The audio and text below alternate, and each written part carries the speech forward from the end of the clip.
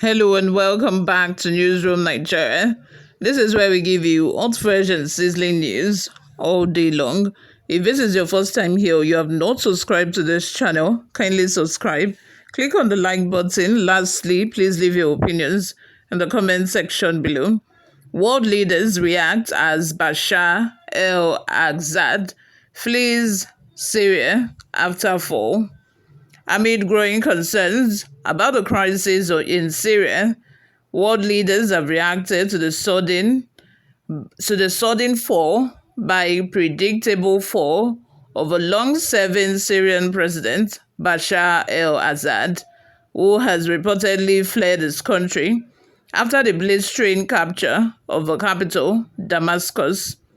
The opposition fighters stunned the world as the Syrian army was unable to hold ground against rebel forces dominated by Islamist elements allegedly backed by yet-to-be identified countries, which marks a historic turning point for the beleaguered country.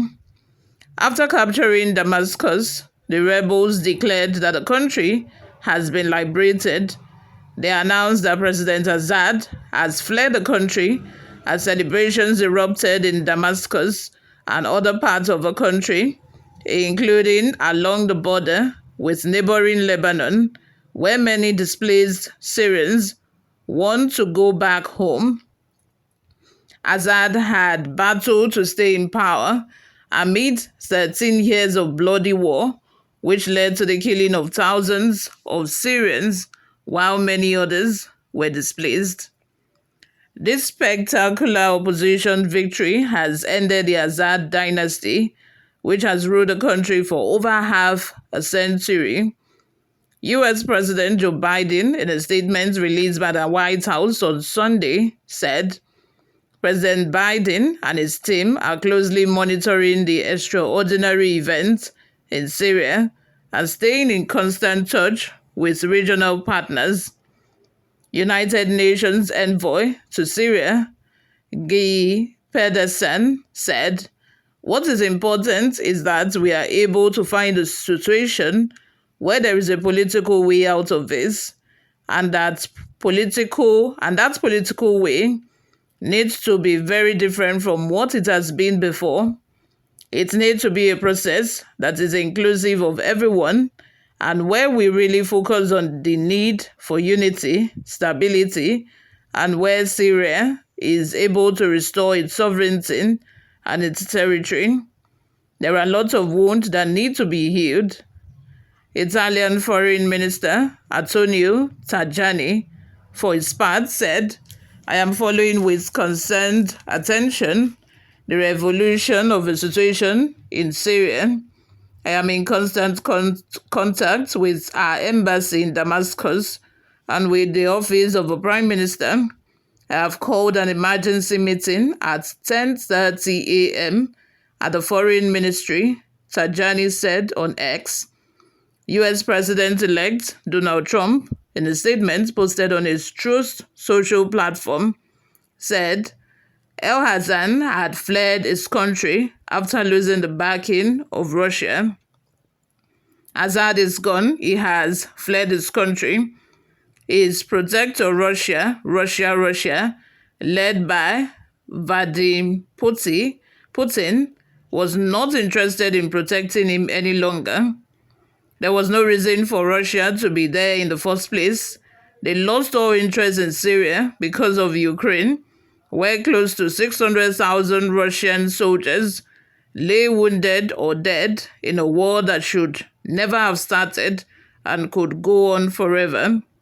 In a statement from Philistine's Department of Foreign Affairs, calls on all concerned parties to exercise restraint and refrain from further violence to avert further casualties and deaths of civilians. We express concern regarding the situation of our Filipinos in Syria and advise them to take the necessary precautions and stay in contact with the Philistine embassy in Damascus. Before we go, let's take a look at a few reactions we got online. The first person says, it will happen here soon to all these wicked politicians that are suffering the masses. Of course, I want a change, but I do not want people to die. And nobody is praying for war in his or our own country. So let's not pray for that. Another comment from Obina says, shame on Putin. He finally lost the battle to keep terror Assad in power. So he will still lose in Ukraine. It's such a pity because if not that Putin is busy fighting his own war. He cannot leave his own war and go and save another country when he hasn't even saved himself. I think the war between Russia and Ukraine distracted Putin, from interceding. If not, he would have still helped Syria he would have helped the Syrian Prime Minister Assad to retain power. But, God knows what he's doing. God has a plan. Musa says, how are the mighty falling?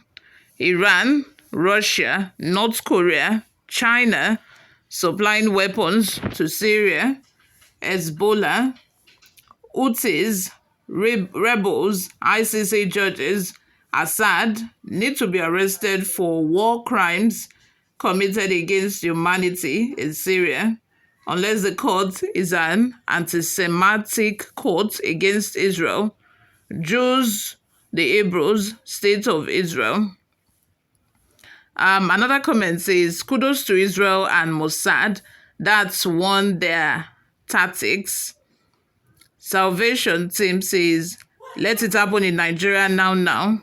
With these watermelon soldiers, it's so easy to oust these imbecile presidents, kill all these evil politicians who are pouring havoc on the people. It's very easy to wish this kind of thing that is happening in Syria or happening in Ukraine, in Russia, or that happened in Libya some years ago when Hosni Mubarak was ousted out of power. It's very easy to wish it upon your own self, upon your own country.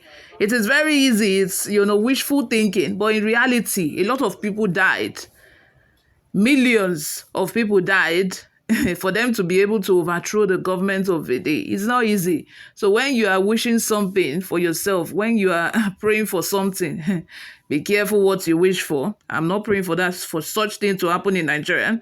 I pray for change. I pray for things to turn around, but not with bloodshed, my dear. You all, thank you very much for always listening and watching. This is where I'm going to draw the curtain for now, guys. I'll see you all in my next video. Bye for now.